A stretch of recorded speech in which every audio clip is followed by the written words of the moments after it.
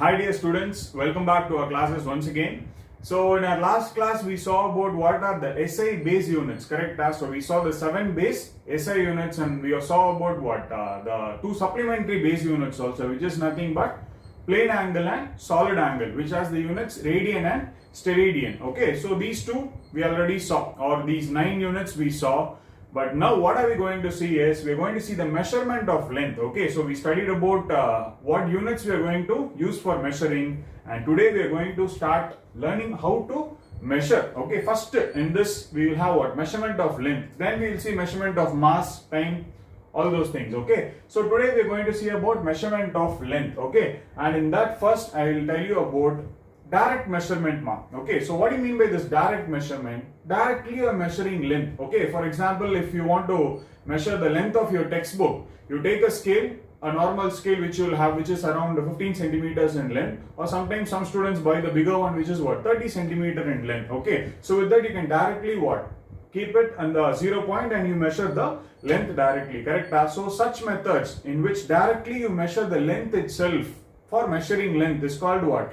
Direct method. Okay, right. So in labs you will have what? A meter scale. In labs you will have a meter scale which is 100 centimeters in length. Okay, 100 centimeter is what? 1 meter. Okay, so a meter scale is used for measuring what?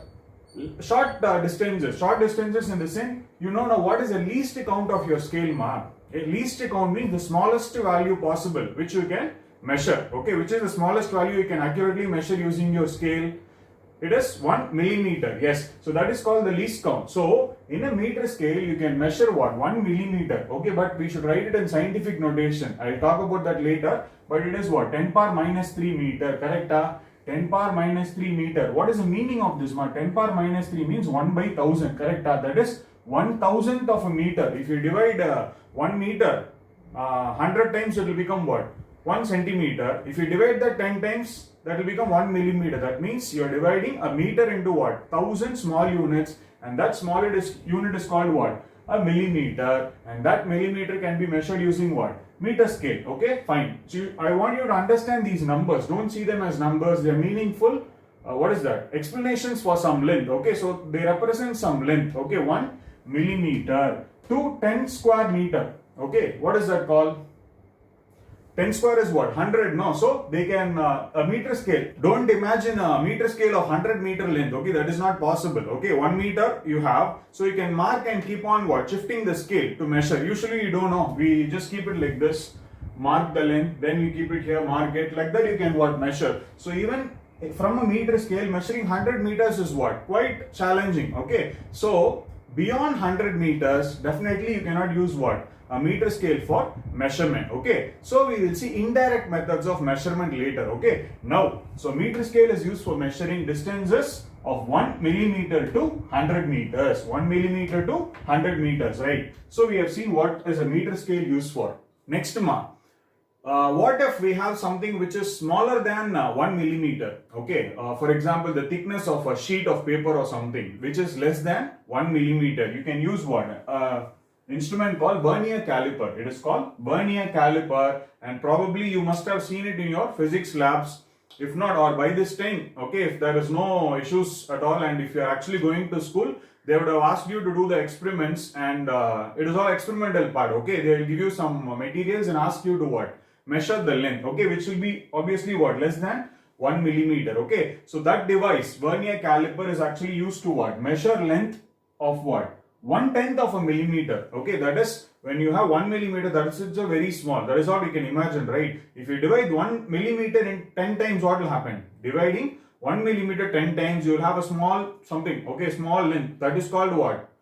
10 power minus 4 meter. 1/10 of what? A millimeter. Okay, so this can be measured using what? Vernier caliper. Length of such small magnitude can be measured using vernier caliper. Okay, what if that length is again divided 10 times? Unimaginable, right? You know what is 1 millimeter. Divide that 10 times. Okay, fine. That is 10 power minus 4 meter. You can measure it using vernier caliper. What if that is divided into 10 times? Obviously, we will not be what? Able to imagine that itself. But such lengths can be measured using another instrument called what? Screw gauge. Okay, so this also again it's available in the physics laboratories, and actually in the physics labs, okay, in your experimental part, they will actually should have taught you what vernier calipers and screw gauge by this time. But let's see, okay, what's going to happen. So vernier caliper and screw gauge are other instruments which are used to what? Measure length of very small magnitudes, okay, 10 power minus 4 meter and 10 power what? Minus 5 meter. See, I have written here 1/100th of a millimeter.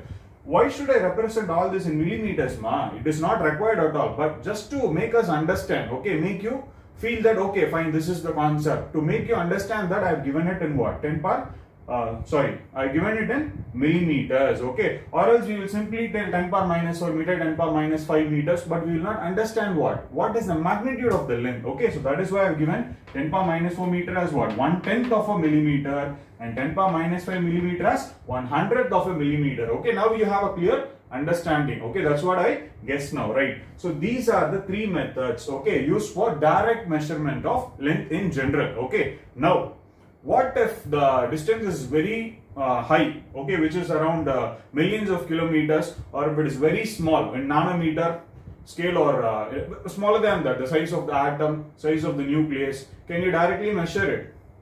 That's not possible. So you have many indirect methods now. You have many indirect methods for measuring very small distances, size of the atom, size of the nucleus, or very large distances, distance of the moon from the earth, distance of the sun from the earth, distance of Jupiter from earth, okay, distance of all the other planets from earth, or the distance of the nearest star. How will you measure that? They are millions and millions of kilometers away, but still we have methods to what? Measure them, and those methods come under what? Indirect methods of measuring length, okay, right? In that I will tell you a few easy methods now, okay, which is actually given in your textbook, and out of this only parallax method is given in your textbook, but these methods you must have learnt in your lower classes itself, okay? In this, the first method is what, ma? Triangulation method, okay, which you have studied it in your 10th standard itself in trigonometry, correct? You have studied the applications of trigonometry.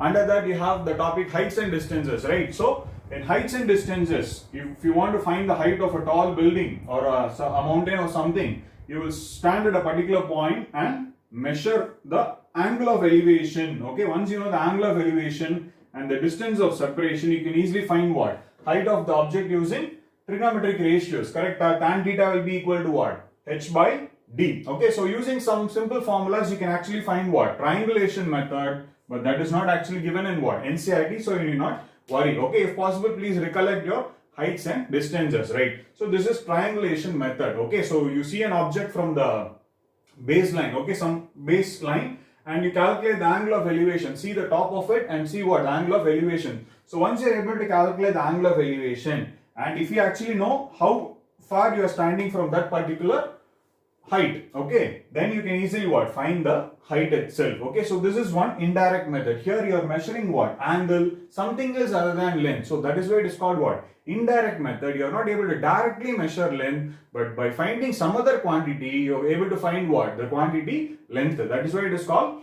indirect method, right?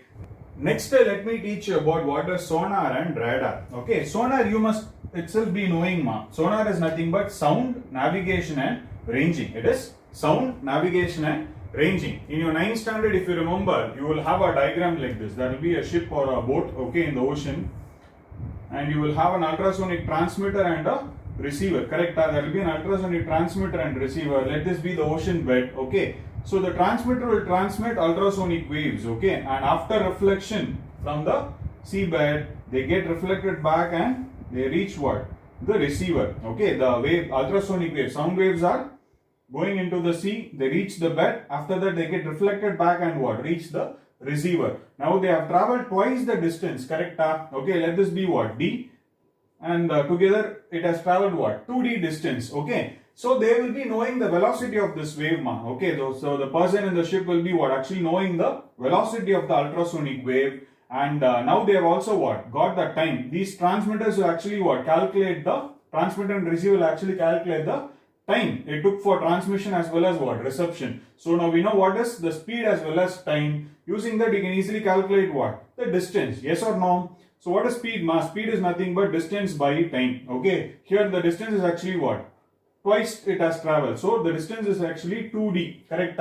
If you want to calculate d, 2d will be equal to what? V into t, velocity into time taken, total time taken after what? Transmitting and receiving. Okay, right. So now the distance will be actually V into T by 2. This you have learned it in your 9th standard. Okay, this is also called as what? Echo ranging. So they are sending a wave, it is getting reflected back. This is called an echo. So it is called what? Echo ranging. So this is used by submarines and other ships to what? Find the depth of the sea, and also to find if something else is what? Under the ocean. Okay, so this is a method called sonar. And what is radar, ma? Radar is also a similar method, an echo ranging method, but it is radio detection and ranging. It uses radio waves instead of what? Sound waves. Radio waves are light waves. Okay, it is a light wave of a particular frequency. Okay, so that is called radio waves, and this is radio detection and ranging. Okay, they use it in army flights, and in normal flights also they use. Okay, you can see something in movies. In a flight they will have something like this. Have you seen? They will have a screen like this, and if there is something else, some aircraft or something else intercepting them, they will have dots like this. Okay, you can see that in some movies also. That is what? Radar. Okay, so continuously radio waves will be sent and what? Received, and if there is some obstacle, they will easily get recorded in what? The radar. Okay, that will help prevent accidents also. All the airports will actually have. Okay, right. So this radar is also used in what? Measuring large distances. In fact, you can send a laser beam towards the moon. Okay, it will hit the moon and come back to you. You can easily find what? The distance between the moon and the earth. So that is also used today. Okay, finally we are going to see parallax method, the most important method. Actually, in your textbook, the triangulation and sonar radar is all not given. I've just told you because these are all what? Simple indirect methods. But the most important method where questions will be asked is what? Parallax method. So you have to study this very clearly. Okay, now we will see what is parallax method. Alright students, before learning parallax method, I'll tell you what is parallax first of all. Okay, it is very interesting. I want you to do something to understand what is parallax. What you have to do is take a pen or a pencil or something, okay, some object like this, and keep it in front of you, and there should be some background also. Now I have the other side of this room as the background. Now view it with one eye closed. I am viewing it through my left eye. Okay, now I can see this pen against the background. Okay, something else is behind this pen in the background. I noted it. Okay, now when I see the same wall with my right eye open, okay, so when I close the left eye and view it through the right eye, the entire image starts to what? Change. That is, the position of this object with respect to the background changes. Okay, you can try this and see. Okay, you can use it your thumb also to see. Once you close your right eye and see through your left eye, then you close your left eye and see through your right eye, the object appears to what? Change its position with respect to its background. This is called parallax. What is this called? Parallax. The apparent change in position of the object when viewed from different positions. So when you view an object from different position, there is apparent change. You are holding the pen like this only, no, you are not changing it, correct? You are not changing the position, but it appears to what? Change with respect to the background. So this effect is called what? Parallax. So using this, what are we going to do? We are going to measure the distance of what? Other planets, moon, sun, everything can be measured using the simple parallax. Okay, so that now we will see the parallax method itself, right? Alright, now I think you understood what is parallax. Now we will see what is parallax method, okay, of measuring large distances. Okay, now I'm going to teach you about how to measure the distance of the moon from the earth. The distance of the moon from the earth. What we should do is, we should select two observation points now. Okay, so in earth we are selecting two different observation points. We are not viewing it from a single point, we are viewing it from what? Different points, just like we did in this example. We viewed it from one eye, then we viewed it from what? The other eye. That means the observation points are actually what?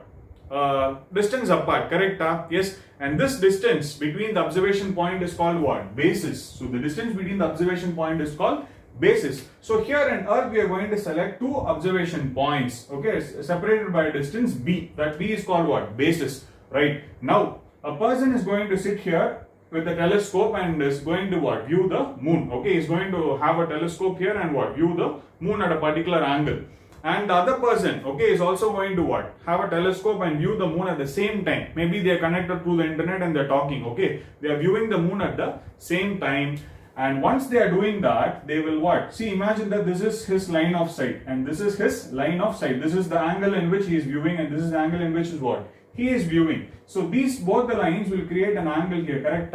This is called what? The parallax angle, or it is also called as the paralytic angle. Okay, so he is viewing it from a different direction. He is viewing it from what? A different direction. So these two directions will make what? An angle theta here at the moon, that is called parallax angle. Okay, now you know what is theta, parallax angle, and you know what is B, correct? The distance between A and B is what? B, basis. Now what is this, ma? This is actually what? The distance between Earth and the moon. In fact, you may ask, sir, this is only the distance. This only should be what? Distance. But see, moon is very far from us. So this distance and this distance will approximately be the same. So what we are doing is an approximate calculation, not very accurate calculation. Okay. Because millimeter precision, it's difficult to what? Calculate the distance of the moon. So these methods are what? Somewhat approximate methods only. And one more approximation we are going to make.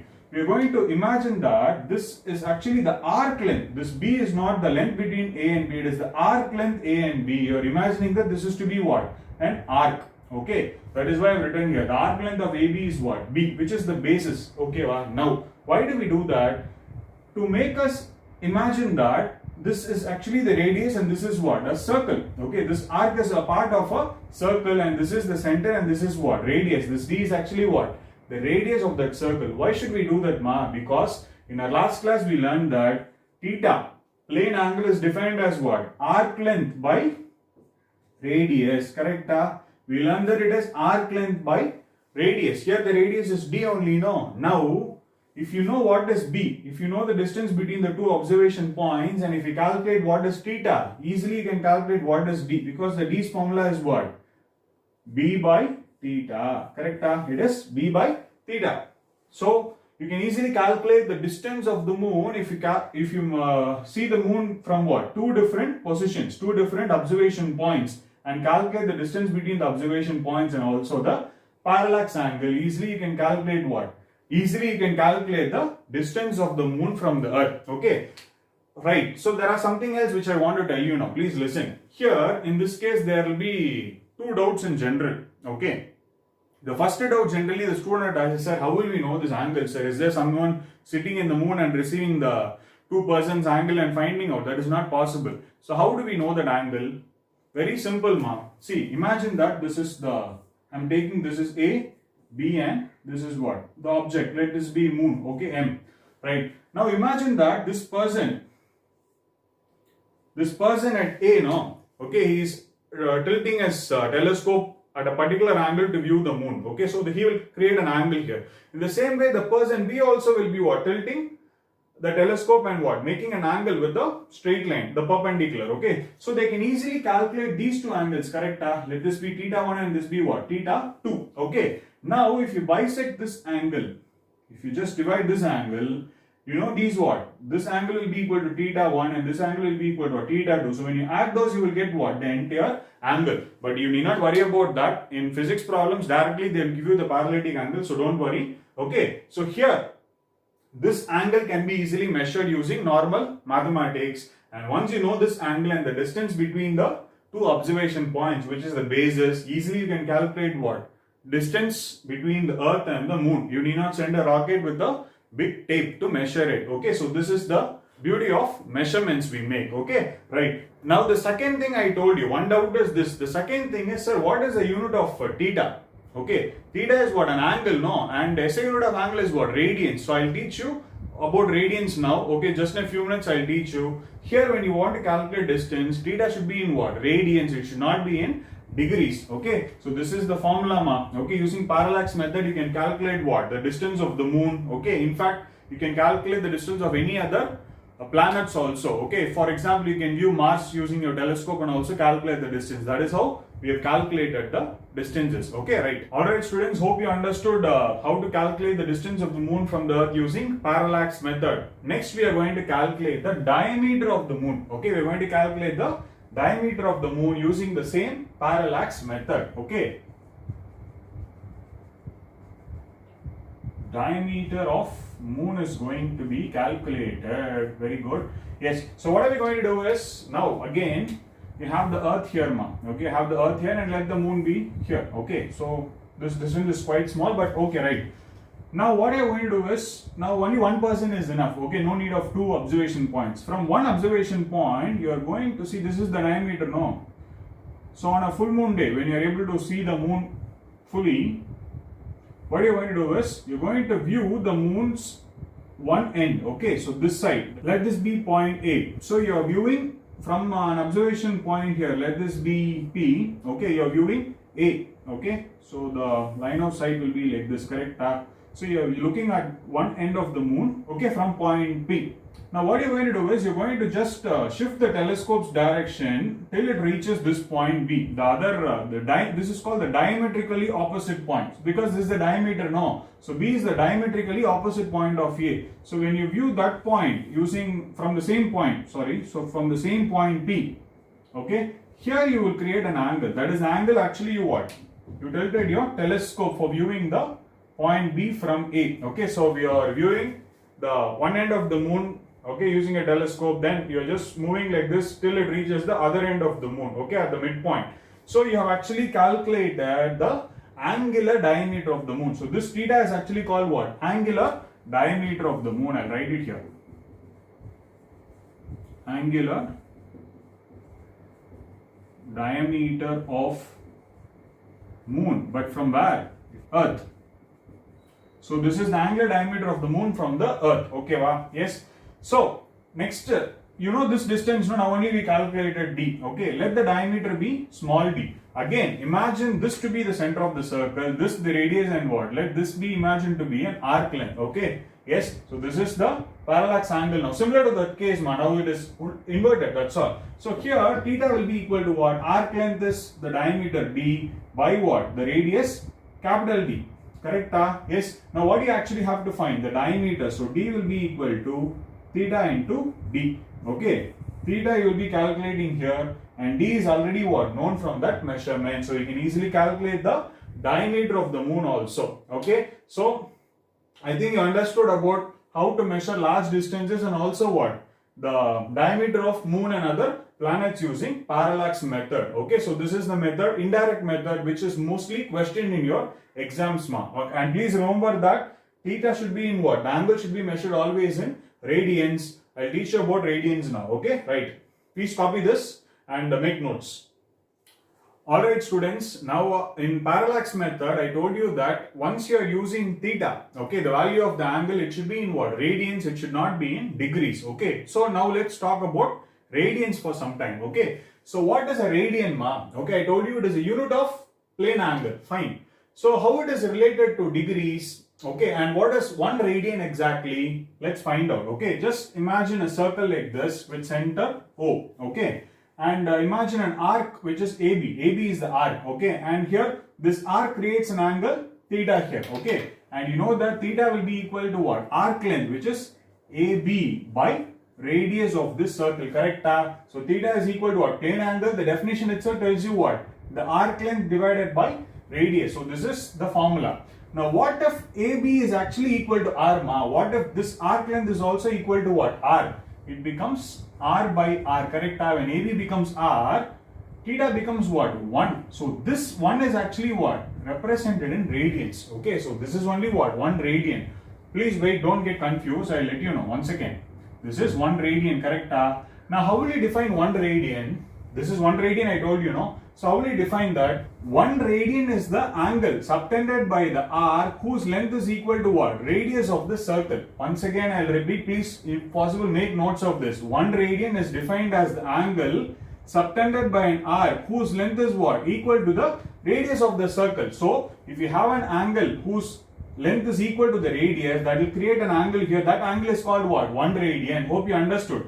Now, how many r are present in this entire circumference, ma? You know that the circumference is what? 2 pi r. So r like that. How many are there? 2 pi r. That is 44 by 7. R's are present here. Pi means 22 by 7 only. So 2 pi is what? 44 by 7. So you have, simply to make it simple, there are 2 pi r's present here. Correct? 1 r is making 1 radian here. Correct? 1 r creates an angle 1 radian.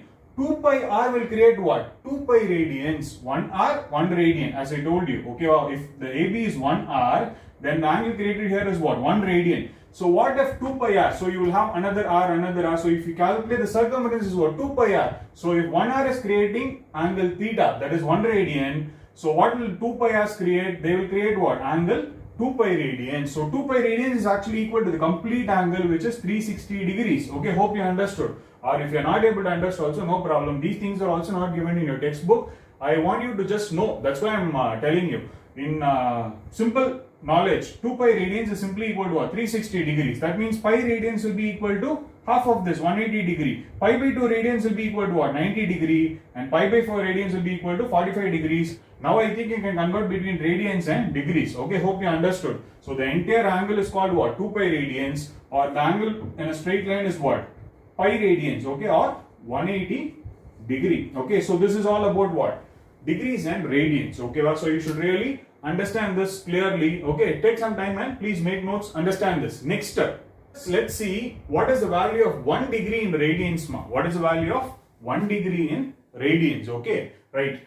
See, we know that 180 degrees is pi radians, correct? Pi radians is 180 degrees. So I have written here 180 degrees equal to pi radians. So if you want 1 degree, okay, 180 degrees pi radians means how will you find 1 degree? Divide this by 180 and this also by what? 180. So 1 degree will be equal to pi by 180 radians. And you know pi is what? 3.14. When you substitute that, the value will be what?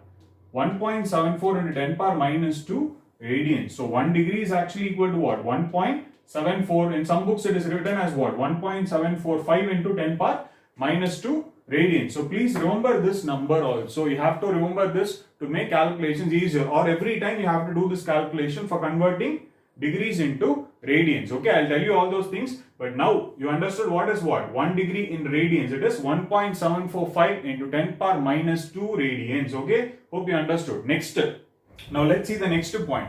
This 1 degree can be divided into 60 small units called what? Minutes. Okay, so 1 degree is very small, but still you can divide that 1 degree into what? 60 small units called minutes. Here I have represented 1 degree is equal to what? 60 minutes. This 60 dash is actually read as what? 60 minutes. Don't read it as what? 60 dash, it is 60 minutes. Okay, right. So if 1 degree is equal to 60 minutes, then what will be 1 minute equal to? Okay, 1 minute will be equal to 1 degree by 60. So 1 degree, if it is divided by 60 times, you will get what? 1 minute, correct?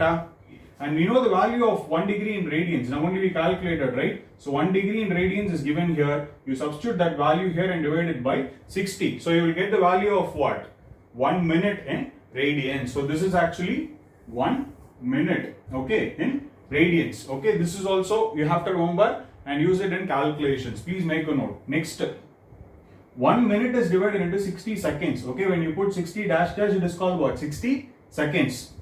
So 1 minute is actually equal to 60 seconds. So what will 1 second equal to? 1 second will be equal to 1 minute by 60. Okay, and 1 minute in radians is given here, correct? So 1 minute in radians is given in this value. So substitute that value here. 2.91 into 10 power minus 4 radians by 60 will give you actually 4.85 into 10 power minus 6 radians, which is the value of 1 second in radians. Okay, so this is the value of what? 1 second in radians. So this is 1 degree in radians, 1 minute in radians, and 1 second in radians now. Okay, so actually this is the first example problem given in your textbook. Okay, convert 1 degree into radians, convert 1 minute into radians, and convert 1 second into radians. So these are the steps, and in the further problems you will use these values. Okay, please make a note of these 3 values in a notebook separately, and when solving problems we will use these 3 values. Okay, right.